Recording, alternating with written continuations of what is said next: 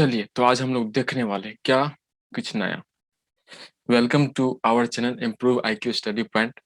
तो हम लोग क्लास को रेगुलर तौर पे हम लोग पूरी तरह से इसको एज ए फाउंडेशन बेच हम लोग कंप्लीट करेंगे। ठीक है, आप अगर मेरे पीछे चैप्टर यानी चैप्टर नंबर 2 जो कि है पदार्थ का वर्गीकरण, अगर आप देख चुके हैं तो अच्छी बात है। अगर आप नहीं देखे तो पहले आप उससे कृपया देख ले, ताकि आपको जो कुछ पॉइंट इसमें उससे रिलेटेड हो वो आपको कवर हो जाए और आपको ज्यादा कन्फ्यूजन न हो। अगर आप नहीं भी दिखे तो कोई बात नहीं, आपको हम इसमें कुछ इस प्रकार से समझाएंगे कि आपको कोई भी दिक्कत नहीं होगी। इसकी गारंटी हम लेते हैं। ठीक है, तो हम लोग का जो चैप्टर है, चैप्टर नंबर है तीसरा। और हम किस क्लास के लिए पढ़ रहे हैं? किस क्लास के लिए पढ़ रहे हैं बाबू साहब? 9th के लिए पढ़ रहे हैं। ठीक, तो हम इसमें भारतीय भवन और एनसीईआरटी दोनों को कवर किए हैं। ठीक है, चैप्टर का नाम है परमाणु, अणु और ion, atoms, molecules and ion. ज्यादा समय नहीं लेंगे, नहीं तो बहुत लोग स्किप करने थे कि सर दे रहे हैं भाषण। तो उसके लिए सीधे हम चलते हैं अपने क्वेश्चन इस चैप्टर में। तो इस चैप्टर में हम लोग जो पढ़ने वाले बेसिकली क्या पढ़ने वाले हैं, तो देखिए इस चैप्टर हम लोग पढ़ने वाले हैं परमाणु के बारे में पढ़ने वाले हैं, अणु के बारे में पढ़ने वाले हैं, आयन के बारे में पढ़ने वाले हैं, परमाणु की संरचना कैसे होती है, परमाणु किस तरह से हम लोग मतलब ये परमाणु किस तरह से कार्य करता है, परमाणु कैसे बटे होते हैं, और परमाणु को हम लोग किस सिंपल वे में समझ सकते हैं, ये सब हमको समझना है। फिर अणु समझना है, फिर यौगिक के जो सबसे सूक्ष्म कण होते हैं क्या कहलाते हैं? अणु कहलाते हैं। और तत्व के सूक्ष्म कण परमाणु कहलाता है। तो इस चैप्टर हम लोग को परमाणु, अणु और आयन के बारे में पूरी विस्तृत यानी एक्सप्लेन में पढ़ना है। ठीक है, तो बात अब ये आती है कि अगर हमको परमाणु के बारे में पढ़ना है तो परमाणु पहले हम लोग कहेंगे किससे? ठीक है, इसकी शुरुआत कब से हुई और इसको सबसे पहले किसने कहा, किसने बताया हमें इसके बारे में? तो हम लोग एज ए इतिहास यानी पूरी तरह से बेसिक टू एडवांस लेवल हम लोग पढ़ेंगे। ठीक है, तो देखिए क्या होता है कि सबसे पहले जो परमाणु है ना, परमाणु शब्द, तो सबसे पहले परमाणु शब्द का जो भारतीय वैज्ञानिक था, अब इसका भी मूल जो है भारतीय से संबंधित है। तो सबसे पहले क्या हुआ कि भारतीय वैज्ञानिक कनाद, जो कि एक दार्शनिक, पहले वैज्ञानिक हम उसको नहीं बोलते थे, तो उसे हम दार्शनिक बोलते थे। दार्शनिक मतलब उसके पास बहुत सारा नॉलेज होती थी, आस पड़ोस के मतलब की पूरी बहुत सारा विस्तृत जानकारी होती थी, तो उसे हम लोग दार्शनिक बोलते थे। तो बात यह है कि वो कौन थे? कनाद थे, यानी किस कहाँ के ये थे? तो भारतीय के मूल थे, भारतीय मूल के थे। ठीक है, अब 600 BC, बीसी का मतलब क्या होता है किसी को नहीं पता होगा तो देख लीजिए। बीसी का मतलब हो गया बिफोर क्राइस्ट। बीसी का मतलब क्या हो गया? बिफोर क्राइस्ट, मतलब कि जो क्रिसमस होता है ईसाई धर्म का मेन जो क्रिसमस, तो वो जो जिसके जन्म हम लोग जन्म तिथि मनाते हैं, जिसके जन्म से पहले की बात करें, क्रिसमस के जन्म से पहले की बात करें, क्रिश्चियन के मतलब जन्म से पहले की बात करें तो हो जाएगा बिफोर क्राइस्ट। और जन्म के बाद का जो हम काउंट करते हैं उसे हम बोलते हैं एडी यानी एमनो, यानी आफ्टर क्रिश्चियन। तो यहाँ पे बीसी मतलब 600 BC, यानी जब ईसवी 1-2 से शुरू होता है, जैसे हमारा 2021 चला तो फिर 2022 आएगा, तो उसी प्रकार एक से शुरू होगा, तो एक से पहले की बात है। तो मतलब 600 BC ने ही क्या कहा था दार्शनिक कार ने? पदार्थ के अविभाज्य सूक्ष्मतम कण को परमाणु कहा था, यानी परमाणुस कहा था। तो उसी का मतलब होता है परमाणु होता है। तो ऐसा किसने कहा सबसे पहले? भारतीय मूल के दार्शनिक कनाद साहब। कब कहे थे? 600 ईसा पूर्व कहे थे। अब हमारे जो भारतीय दार्शनिक होते हैं, भारतीय जिसे हम लोग वैज्ञानिक भी कह सकते हैं, तो उन लोगों का मानना ये था कि कोई भी पदार्थ जो बना हुआ है वो 5 चीजों से मिलकर बना हुआ है: क्षिति, जल, पावक, गगन, समीर। ये 5 चीजों से मिलके बना हुआ है। ठीक है, तो ये 5 चीजों से मिलके बना हुआ है, तो ये तो सही साबित नहीं हो पाएगा। जैसे हो गया आग, हो गया हवा, हो गया आग, वायु, जल, समीर मतलब आकाश, फिर धरती, और फिर हो गया पताल। तो ये 5 जो है, क्षितिज, जल, पावक, गगन, समीर से मिलकर बना, तो 5 से मिलकर बना हुआ है।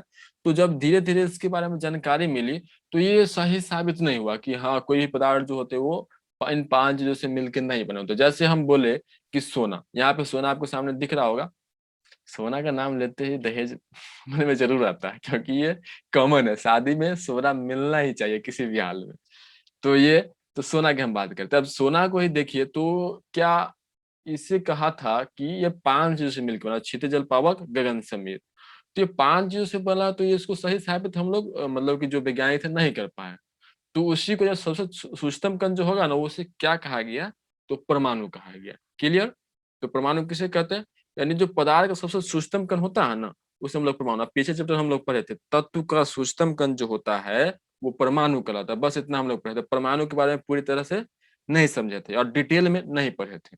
तो देखिए हम शुरू से मतलब कि पहले से शुरुआत करते हैं। जैसे देखिए ये कोई पदार्थ है, पदार्थ पदार्थ दो प्रकार का हो सकता है, या तो वो तत्व होगा या फिर यौगिक होगा या फिर मिश्रण होगा। ठीक, तो मान लीजिए सोना कौन सी कैटेगरी में आता था, तत्व की कैटेगरी में आता था। अगर आप ये याद है तो अच्छी बात है, अगर याद नहीं तो प्लीज आप याद करके ही पढ़िएगा ताकि आपको और कंसेप्ट क्लियर हो। नहीं तो बीच बीच में हम बोलेंगे तत्व, आप तत्व किसे कहते हैं, तो अगर आपको नहीं पता हो तो फिर आप फंस जाइएगा, थोड़ा डाउट होगा। तो देखिए मान लीजिए कि ये कोई पदार्थ है, पदार्थ ये तत्व है, तो इसका जो सबसे छोटा कण होगा, यानी जिसको हम खूब काटेंगे, काट काट पीस पीस काट देंगे, यानी इसको बहुत काटेंगे, तो देखिए यहाँ से जो सबसे छोटा कण, यहाँ से देखिए लाइट से लिया हो गया, आप सही से थोड़ा आराम से देखिएगा। तो यहाँ पे सबसे छोटा कण को इतना जूम करके देखा गया है। अब जूम कैसे किया गया है, तो ये माइक्रोस्कोप की सहायता से किया गया है, जैसे हम लोग टीईसी की सहायता से हम लोग देखते हैं। ये छोटे माइक्रोस्कोप से भी देखना थोड़ा मुश्किल होता है, मतलब कि इसके लिए अलग से एक मशीन आती है, टीईसी टेली इलेक्ट्रॉन स्कोपिंग आती है। तो इस सब का मशीन होता है जिसके द्वारा हम लोग बहुत छोटे छोटे में देख सकते हैं। जैसे हम बोले कि ये मेरा, मान लीजिए कि ये मेरा कोई वस्तु है, ठीक, अगर हम आपको बोले आंख से देखने के लिए तो आप ज्यादा अंदर नहीं ना जा पाइएगा। अगर हम आपके स्किन का ही बात करें, ठीक, तो स्किन का जो हम बात, त्वचा की आपकी बात करेंगे हाथ पे, तो बोले कि आप अपनी त्वचा को देखिए। तो जब आप अपनी त्वचा को देखिएगा तो उसके अंदर में तो आप नहीं देख पाइएगा, या फिर उसको पूरी तरह से जूम, जैसे हम लोग कैमरा खींचते, फोटो खींचते तो क्या करते हैं, जूम करते तो वो और बड़ा होने लगता है। तो उसी प्रकार जो सबसे छोटा कण है, तो उसको जब जूम किया गया तो कुछ इस प्रकार से देखा गया। ठीक, तो ये छोटे छोटे जो गोला गोला दिख रहा है लड्डू आकार का, तो इसी को हम लोग क्या बोलते हैं, परमाणु बोलते हैं। ठीक है, इसी को हम लोग क्या बोलते हैं, परमाणु। तो परमाणु समझ में आ गया कि तत्व का या पदार्थ का सबसे सूक्ष्मतम कण, जिससे और भी भागों में नहीं बांटा जा सकता लेकिन वास्तव में आगे जाके बांटा गया, तो जो सबसे सूक्ष्मतम कण होता है वो क्या कहलाता है, परमाणु कहलाता है। सबसे पहले किसकी बात किसने कही, तो दार्शनिक कनाद ने कही। क्लियर है। अब देखिए, अब यहाँ पे जब इसको और ज्यादा जूम किया गया तो कुछ इस प्रकार से देखा गया, यानी जब हम लोग इसको जूम करेंगे तो कुछ इस प्रकार से आपके सामने सेकेंड इमेज, ये मेरा हो गया सेकेंड इमेज, ये हो गया मेरा फर्स्ट इमेज। तो सेकेंड इमेज में आप देख रहे हैं कि जब एक का बात लगेगा, ये का देखिए, एक एक यहाँ पे हो गया। अब जब दोनों तीनों और ये एक दो और तीन, तो ये क्या है कि परमाणु है। ठीक, अब जब इससे और ज्यादा जूम किया गया ना परमाणु को, ये मेरा बीच वाला क्या है कि एक परमाणु है। जब इसे और ज्यादा जूम किया गया तो कुछ इस प्रकार से देखा गया, यानी परमाणु को और ज्यादा जूम किया गया। तो सोचिए कितना बड़ा मशीन, मतलब कि कितना हैवी मशीन होगा और कितना सॉलिड होगा जिससे इतनी और मात्रा में जूम कर दिया। तो जब देखा गया इसे और जूम किया गया इस परमाणु को, तो इसमें ये देखा गया कि इसके छोटे छोटे कण, यानी इसमें और भी छोटे छोटे कण हैं।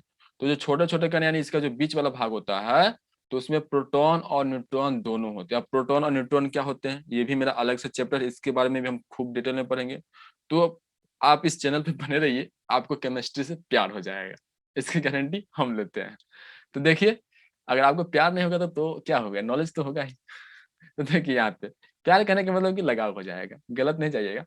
तो प्रोटॉन और न्यूट्रॉन, तो यहाँ से देखिए इसको जब हम और ज्यादा जूम किए तो क्या पता चला कि प्रोटॉन और न्यूट्रॉन से बने हुए हैं। ठीक, अब जैसे हम सोना की बात करें तो सोना को हम लोग गोल्ड लिखते हैं, और गोल्ड का जो होता है इंडिया, मतलब सूचित जो करते हैं एयू से करते हैं, क्योंकि ये ऑरम लैटिन नेम है। इसका परमाणु संख्या कितना होता है, 79 होता है।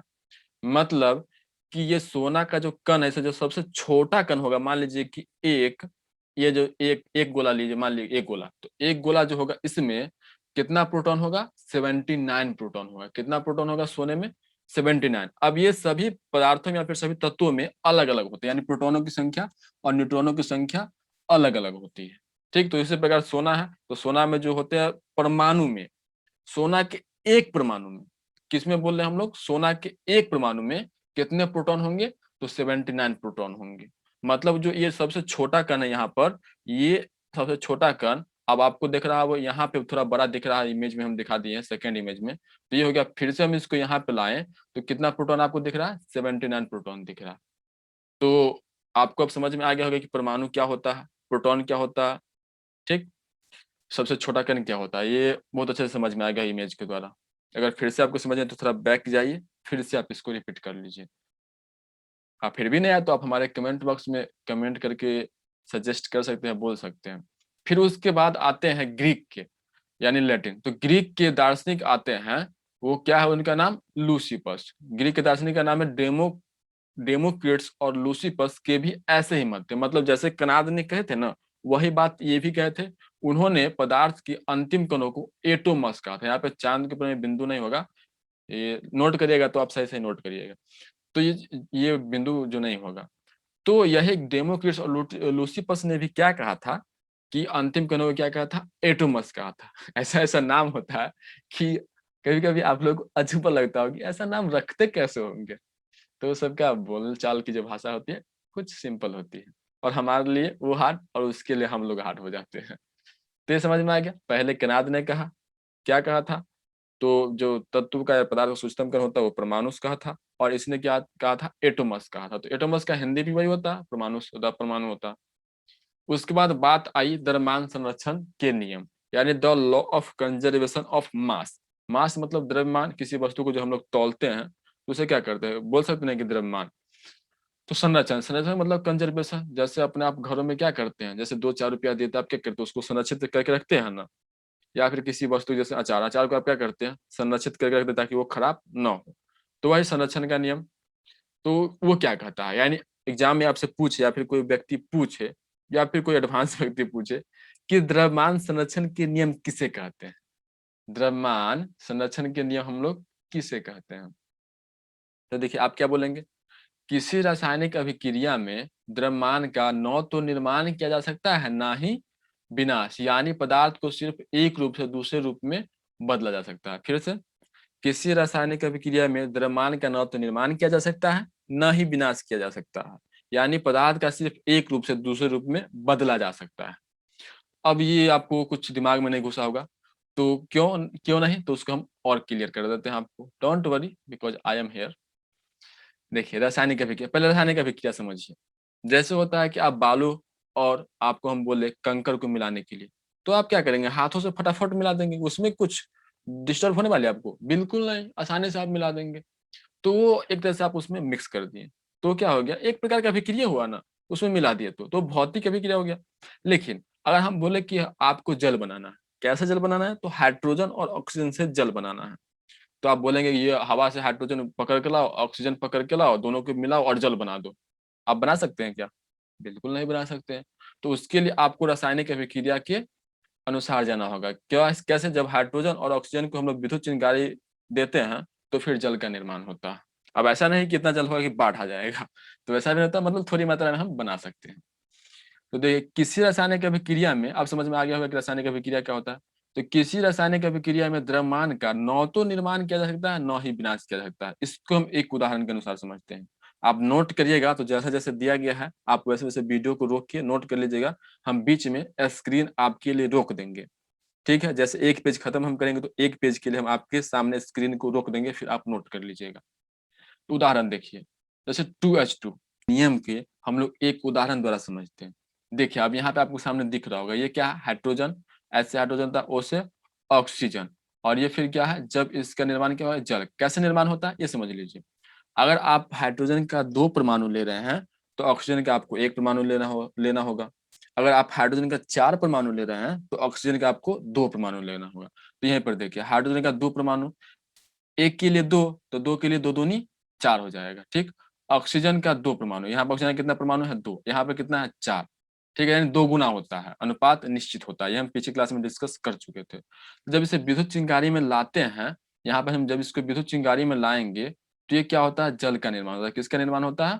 जल का निर्माण होता है। अब देखिए यहाँ पर हाइड्रोजन भी गैस, ऑक्सीजन भी गैस, लेकिन जो हम लोग का निर्माण हुआ है H2O जल, वो क्या होता है? लिक्विड होता है, यानी द्रव होता है। L4 लिक्विड, हाँ G4 गैस, यहाँ पर G4 गैस। ये जो G लिखे हैं तो गैस के लिए हम लिखे हैं, और यहाँ पे L जो लिखे हैं तो L4 लिक्विड। तो यहाँ पे देखिए अवस्था में परिवर्तन हुआ है, रासायनिक अभिक्रिया हुआ और अवस्था में परिवर्तन हुआ है। लेकिन द्रव्यमान संरक्षण का नियम क्या कहता है कि आप किसी भी पदार्थ का न तो निर्माण कर सकते हैं, ना ही विनाश कर सकते हैं, सिर्फ एक रूप से दूसरे रूप में बदल सकते हैं। तो कहने का मतलब ये हाइड्रोजन और ऑक्सीजन का जो दोनों का द्रव्यमान होगा, जब हम इस दोनों को जोड़ेंगे तो जो नया पदार्थ बना है उसके द्रव्यमान क्या होना चाहिए? बराबर होना चाहिए। अगर मान लीजिए कि ये 4 ग्राम है, ठीक, मानने के लिए, मानने अभी बस समझने के लिए, और ये 4 ग्राम, तो 4 और 4 कितना हो जाएगा, 8 हो जाएगा, 4 और 4 कितना हो जाएगा, 8। तो इधर जो नया पदार्थ का निर्माण हो रहा है उसका भी कितना होना चाहिए, 8 है ना होना चाहिए। क्योंकि द्रव्यमान संचय नियम क्या कहता है कि अगर किसी पदार्थ में हम लोग किसी पदार्थ को ना तो निर्माण कर सकते हैं ना ही विनाश, सिर्फ हम एक रूप से दूसरे रूप में बदल सकते हैं। तो जब इस दोनों का रूप बदला गया है तो दोनों ओर द्रव्यमान संख्या क्या होना चाहिए, समान होना चाहिए। तो द्रव्यमान संख्या अभी आप लोग निकालना नहीं सीखे हैं, बस आप यहाँ पे एक बार देखिए समझ में आएगा, क्योंकि हम लोग ये निकालना सिखाएंगे द्रव्यमान संख्या कैसे होता है। देखिए हाइड्रोजन का क्या होता है परमाणु संख्या, पहले आप स्क्रीन पे देख लीजिए। हाइड्रोजन का H11, हीलियम का H2, हीलियम का He24, लिथियम का Li37, बेरिलियम का Be49, ऐसे है। इस प्रकार से परमाणु और परमाणु संख्या आपको याद करना होगा। ट्रिक है, मतलब शॉर्टकट में आपको कम से कम 20 तक याद कर लीजिएगा तो ये याद हो जाएगा। तो देखिए हाइड्रोजन का एक परमाणु में कितना कण हो गया, 2। तो 2 के लिए कितना हो जाएगा, 2 दूनी 4। हाइड्रोजन H1 होता है, H11, तो 2 के लिए क्या हो जाएगा, 2। तो 2 दूनी कितना हो गया, यहाँ पे 4 हो गया, ठीक। ऑक्सीजन का जो परमाणु संख्या होता है वो होता है ऑक्सीजन O816, मतलब 16। तो 1 के लिए 16, तो 2 के लिए 16 गुना 2, यानी एक ऑक्सीजन में कितना, 16 होता है। एक ऑक्सीजन में परमाणु कितना होता है, 16 होता है, ये याद रखिए आपको। याद रखना, एक ऑक्सीजन में परमाणु कितना होता है, 16। तो 2 के लिए 16 दूना 32 हो जाएगा, यानी 32 हो गया। अब जब हम इन दोनों को जोड़ देंगे तो बताइए जोड़ने पर कितना हो गया, टोटल कितना हो गया, 4 हो गया, और ये टोटल कितना हो गया, 32 हो गया। तो 32 और 4 कितना हो जाएगा, 36 हो जाएगा। 32 और 4 36 हो गया, ठीक है। तो ये हम किस तरफ जोड़े हैं, तो तीर के बाएं तरफ, यानी इस दोनों को हम लोग जब जोड़े तो कितना हुआ द्रव्यमान, 36 हुआ। अब इस तरफ हम लोग काउंट कर लेते हैं। तो ये 2 है तो ये 2 तो बाहर रहेगा, ठीक है। इंटू कितना हाइड्रोजन के लिए, तो 2 हाइड्रोजन के लिए, तो हाइड्रोजन के लिए 2 के लिए 2 का 2 हो जाएगा। कितना ऑक्सीजन के लिए, तो एक ऑक्सीजन में कितना परमाणु होता है, तो 16। एक ऑक्सीजन में कितना परमाणु, तो 16। 16 दो कितना हो जाएगा, 18। 18 दूना 36। अगर यहाँ पे गुना कर दे, इसको हम लोग सॉल्व करें तो क्या हो जाएगा, 2 और 16 हो गया 18। सही सही से समझिएगा, 2 और 16 18, 18 में 2 से गुना करेंगे तो 36। अब देखिए इधर भी 36 ग्राम, मान लीजिए ग्राम में, तो इधर भी 36 ग्राम, तो इधर भी 36 ग्राम। अब बताइए इन दोनों से क्या हुआ कि नया पदार्थ का निर्माण तो हुआ है, लेकिन इसका भी ग्राम क्या है, समान है, और इसका भी ग्राम समान है। तो क्या हुआ, सिर्फ हम एक रूप से दूसरे रूप में बदले हैं। पदार्थ का नया निर्माण तो हुआ है लेकिन द्रव्यमान में कोई परिवर्तन नहीं हुआ। ये आपको समझ में आ गया होगा। अब आगे बात करते हैं स्थिर अनुपात का नियम, यानी लॉ ऑफ कांस्टेंट प्रोपोर्शन। अब ये क्या होता है, अब ये कौन सी बला है भाई, तो इसको भी देख लेते हैं। कुछ भी रहेगा उड़ा देंगे, धज्जी धज्जी उड़ा देंगे, मिसाइल छोड़ देंगे।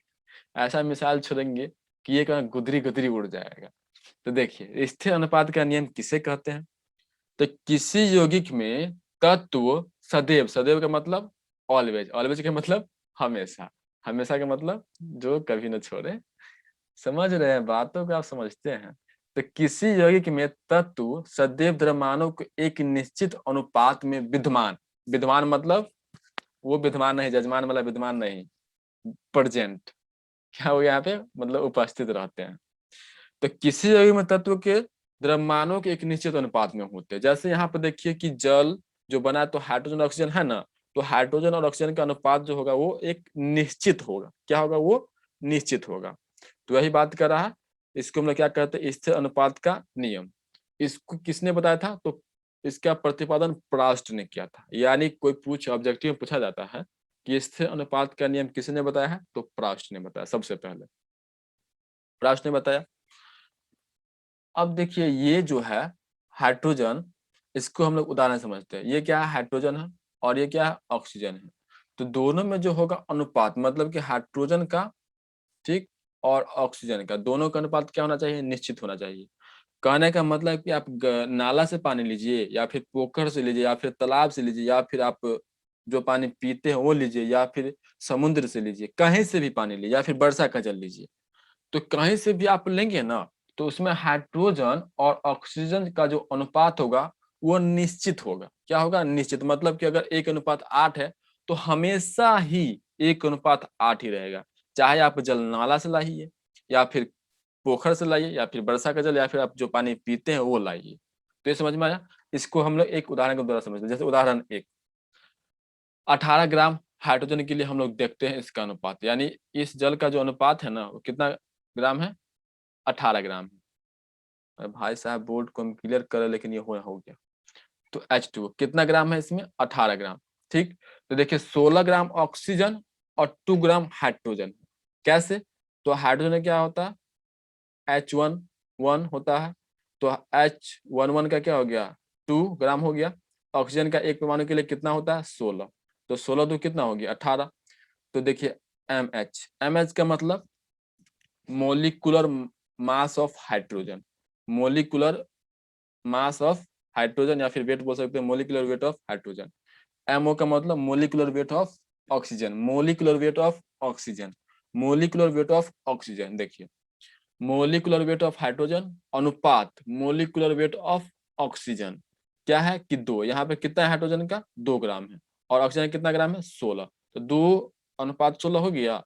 अब देखिए इसको हम लोग जब काट देंगे तो 2 एक क्या है, 2 अनुपात का मतलब बट्टा होता है, बट्टा में हम लोग काट सकते हैं, 1/8, यानी 1:8 आ गया। ठीक, 1:8 आ गया ना। उसी का हम दूसरा उदाहरण लेते हैं, 36 ग्राम। अब हम लेते हैं 36 ग्राम के लिए, पहले कितना ग्राम था, 18 ग्राम जल था, अब कितना ग्राम जल ले लिए, 36 ग्राम जल ले लिए।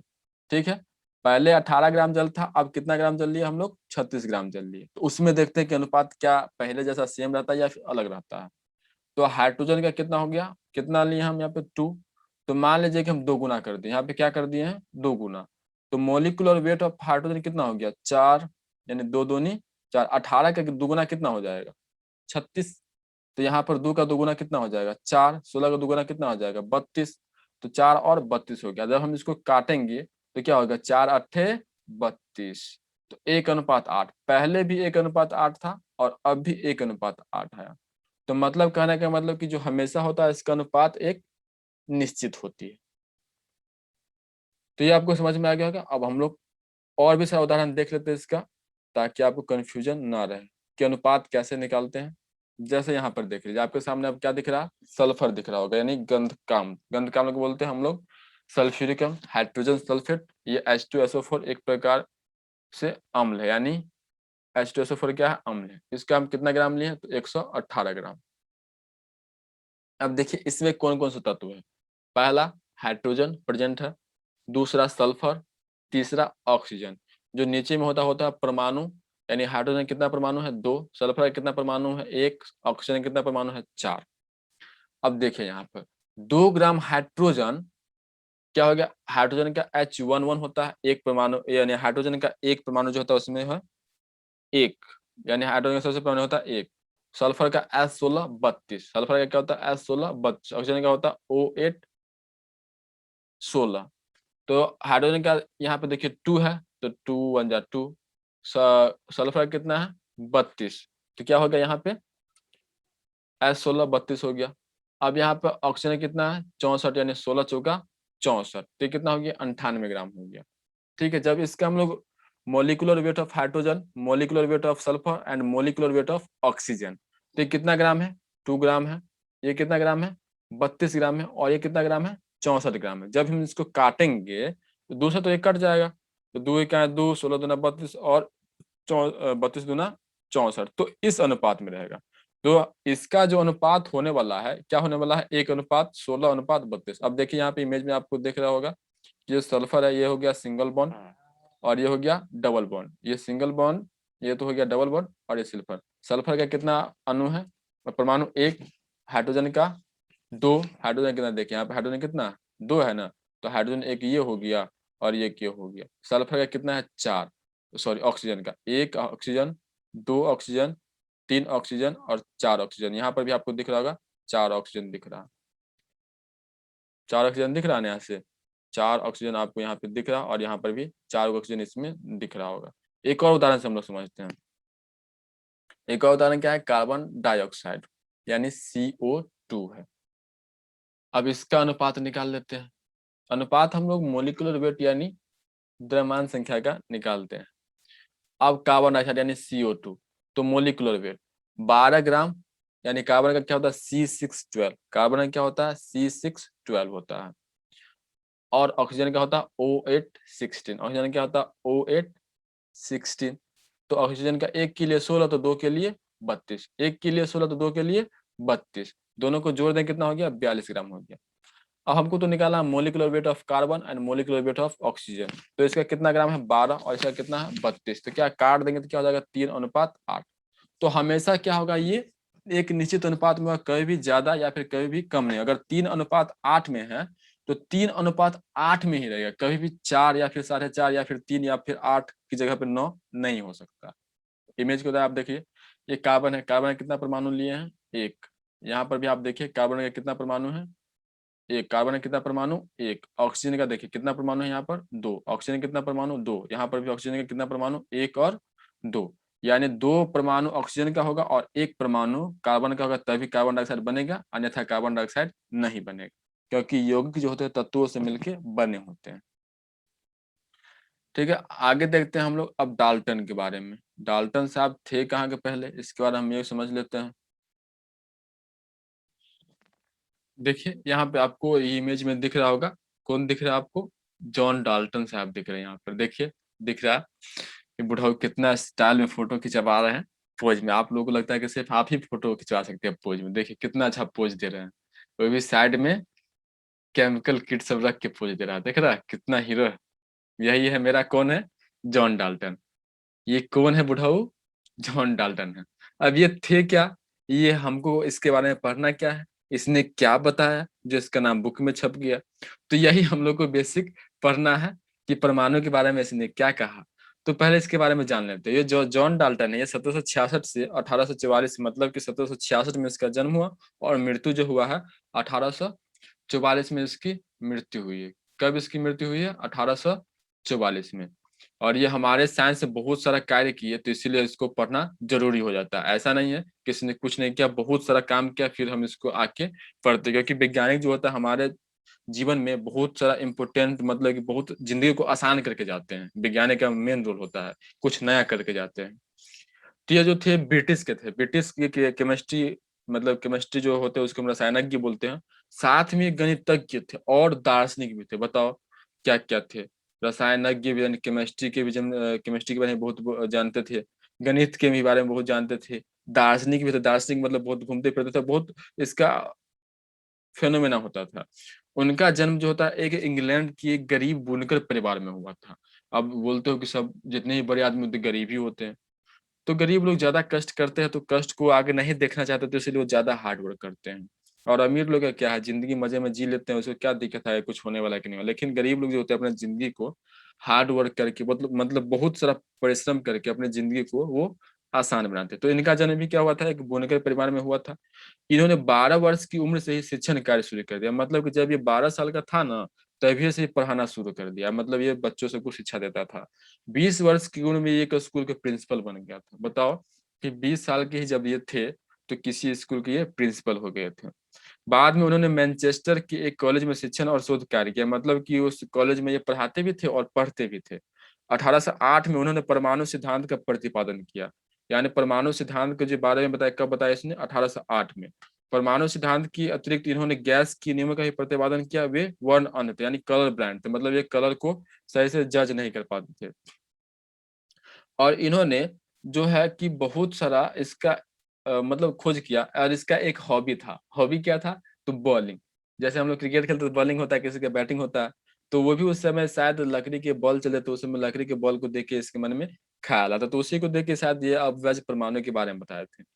तो जॉन डाल्टन साहब ने क्या बताया है, तो इसने परमाणु के बारे में सात मान्यताएं बताई, यानी जॉन डाल्टन जो है वो परमाणु सिद्धांत की कितने मान्यताएं बताएं, 7। ये 7 आपको निश्चित याद होना चाहिए। पहला पहला देखिए क्या कर रहा है, तो पहला कह रहा है कि सभी पदार्थ अत्यंत सूक्ष्म कणों से मिलके बने होते हैं, जिन्हें हम लोग क्या कहते हैं, परमाणु कहते हैं। यानी कोई भी पदार्थ जो होते हैं वो किन से मिलके बने होते हैं, परमाणुओं से मिलके बने होते हैं, जिन्हें हम लोग क्या कहते हैं, पदार्थ कहते हैं।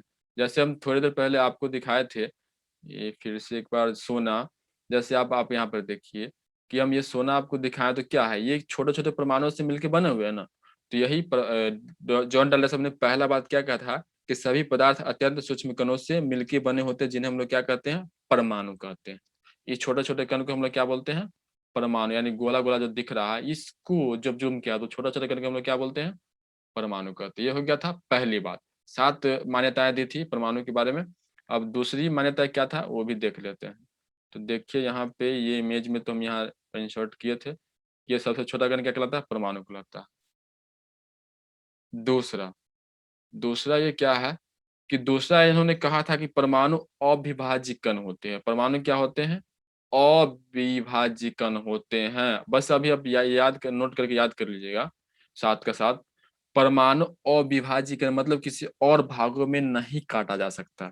किसी भी रासायनिक अभिक्रिया द्वारा इनका निर्माण या विनाश नहीं होता। मतलब रासायनिक अभिक्रिया के द्वारा ना तो हम इसको बना सकते हैं और ना ही इसको बर्बाद कर सकते हैं। देखिए ये परमाणु है ना, अभी हम थोड़ा देर पहले बताए थे कि परमाणु को छोटे छोटे भागों में बांटा जा सकता है, प्रोटॉन, न्यूट्रॉन और इलेक्ट्रॉन। प्रोटॉन, न्यूट्रॉन और इलेक्ट्रॉन। ये बाद में जाके मान्यताएं गलत साबित हुई। उस समय तो मान्यता ये सही थी जिस समय इसने बताया था कि जो सबसे छोटा कण होगा क्या कहलाएगा, ये परमाणु कहलाएगा। ये परमाणु कहला रहा है ना, तो यही छोटा छोटा कण। लेकिन बाद में पता चला कि परमाणु को भी हम लोग काट सकते हैं। कितने भागों में, 3 भागों में, प्रोटॉन, इलेक्ट्रॉन और न्यूट्रॉन। तो आगे जाके ये चैप्टर बन गया और ये हम इसके बारे में ही पढ़ेंगे, प्रोटॉन, न्यूट्रॉन और इलेक्ट्रॉन। तो दूसरा पॉइंट ये हो गया जो कि पूरी तरह से सत्य नहीं यानी गलत हो गया। फिर भी आपको ये याद करना होगा कि परमाणु अविभाज्य कण होते हैं और किसी भी रासायनिक के द्वारा इनका निर्माण या विनाश नहीं होता है। दूसरा था। तीसरा, किसी तत्व के सभी परमाणु समान आकार, द्रव्यमान और रासायनिक गुणों वाले होते हैं। जैसे आप बताइए यहाँ पे सोना, इसका जो परमाणु होगा ये सभी कितना, बहुत सारा परमाणु है ना, तो यही बात कहा कि परमाणु के जितने भी कण होंगे ना, आकार, आकार मतलब जो अगर ये इतना आकार का है तो ये चारों ओर का जो आकार है वो भी उतना ही आकार का होगा। द्रव्यमान यानी जिसका एक परमाणु का द्रव्यमान जितना होगा वो भी उसका भी उतना ही होगा। मतलब कि परमाणु का द्रव्यमान एक, मान लीजिए कि एक परमाणु ये है और एक परमाणु ये है, ठीक। तो दोनों का जो द्रव्यमान होगा क्या होगा, वो समान होगा और रासायनिक गुणों वाले होते हैं। मतलब कि इसका रासायनिक गुण भी क्या होते हैं, समान होते हैं। ये कौन सी मान्यता है, तीसरी मान्यता है। आगे देखते हैं चौथी। चौथी में क्या कहा था कि किसी तत्व के परमाणु अन्य तत्वों के परमाणुओं से भिन्न होते हैं। विभिन्न तत्वों की परमाणु भिन्न भिन्न आकार, द्रव्यमान और गुणों वाले होते हैं। कहने का मतलब कि किसी तत्व का जो परमाणु होता है वो अन्य तत्वों के परमाणु से अलग होता है। जैसे मान लीजिए कि हाइड्रोजन और हीलियम, हाइड्रोजन का परमाणु होगा और हीलियम का परमाणु होगा।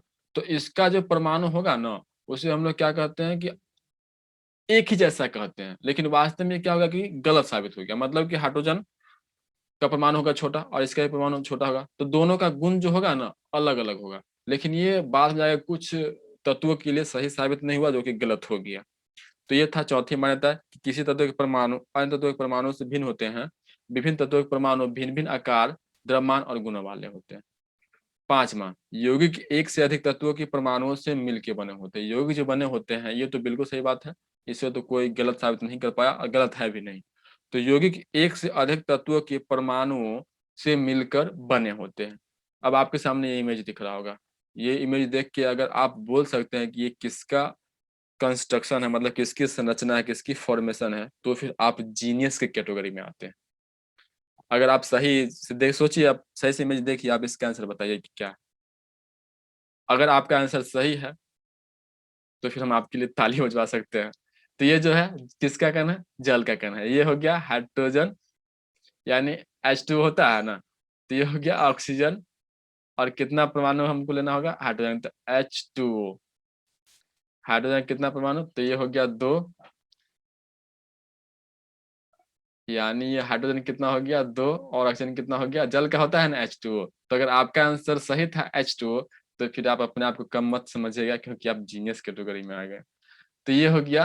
और नहीं आया तो कोई बात नहीं, ऐसा नहीं कि अगर आप नहीं जज कर पाए तो आप लो कैटेगरी में आते हैं। आप भी बहुत तेज हैं, बस आप थोड़ा सा जो ध्यान नहीं दिए होंगे। तो यहाँ पे देखिए हाइड्रोजन कितना परमाणु है, 2, ऑक्सीजन कितना परमाणु है, किन से मिलकर बने हुए हैं, इसको हम लोग क्या बोलेंगे, जल क्या है, एक यौगिक है। तो किन से मिलकर बना है, हाइड्रोजन और ऑक्सीजन से। तो पांचवा पॉइंट ये हो गया। छठा पॉइंट, यानी छठी मान्यता, डाल्टन की छठी मान्यता क्या है। तो यौगिकों में उपस्थित विभिन्न तत्वों के परमाणुओं की संख्या क्या होती है कि सरल अनुपात में होती है। तो हम लोग देखे ही थे कि जैसे जल का हाइड्रोजन और ऑक्सीजन का अनुपात होता है 1 अनुपात 8, फिर होता है 3 अनुपात 4, तो इस प्रकार से हमेशा जो होगा वो एक निश्चित अनुपात में होता है, मतलब ज्यादा या कम नहीं हो सकता। 7वां, रासायनिक अभिक्रिया में परमाणुओं का विघटन, संयोग या पुनर्गठन होता है, निर्माण या विनाश नहीं होता है। मतलब कि परमाणुओं से एक पदार्थ का एक ओर से दूसरे ओर में बनेगा, मतलब निर्माण होगा, संयोग से निर्माण होगा, लेकिन नया पदार्थ का निर्माण नहीं होगा। मतलब एक पदार्थ से दूसरे पदार्थ बनेगा और फिर दूसरे पदार्थ से एक पदार्थ में आ सकता है, लेकिन विनाश या फिर निर्माण हम लोग नहीं कर सकते, सिर्फ एक रूप से दूसरे में बदल सकते। जैसे हाइड्रोजन, देखिए यहाँ पे हाइड्रोजन आपको दिख रहा होगा, 2 हाइड्रोजन कितना परमाणु हुआ, 2, यहाँ से एक नीचे एक ऊपर, और इधर से ऑक्सीजन का एक, तो दोनों को जब हम लोग मिलाए तो क्या बन गया, यहाँ पे देखिए हाइड्रोजन, हाइड्रोजन और ये ऑक्सीजन, क्या मिल गया, जल बन गया। तो ये कौन सी मान्यताएं थी, 7 मान्यताएं थी। तो 7 मान्यता का आप कॉपी में नोट कर लीजिएगा और आराम से आप लिख के याद कर लीजिएगा। तो हम आपके लिए स्क्रीन को यहाँ से शो कर देते हैं। पहला हो गया, ये हो गया, ठीक। पहला तो यहाँ पे वीडियो को रोकिए, आप नोट कर लीजिए। फिर दूसरा, तीसरा, चौथा, पांचवा और छठा और सातवां एक साथ इसमें दिख रहा है, तो यहाँ पे रोक के आप नोट कर लीजिए। ठीक है, नोट करने के बाद आप जिसको जरूरत हो या फिर जो क्लास 9th क्लास में, उसे आप शेयर कर या फिर नॉलेज के लिए शेयर कर सकते हैं। वीडियो देखने के लिए थैंक यू। जय हिंद, मिलते हैं अगले क्लास में।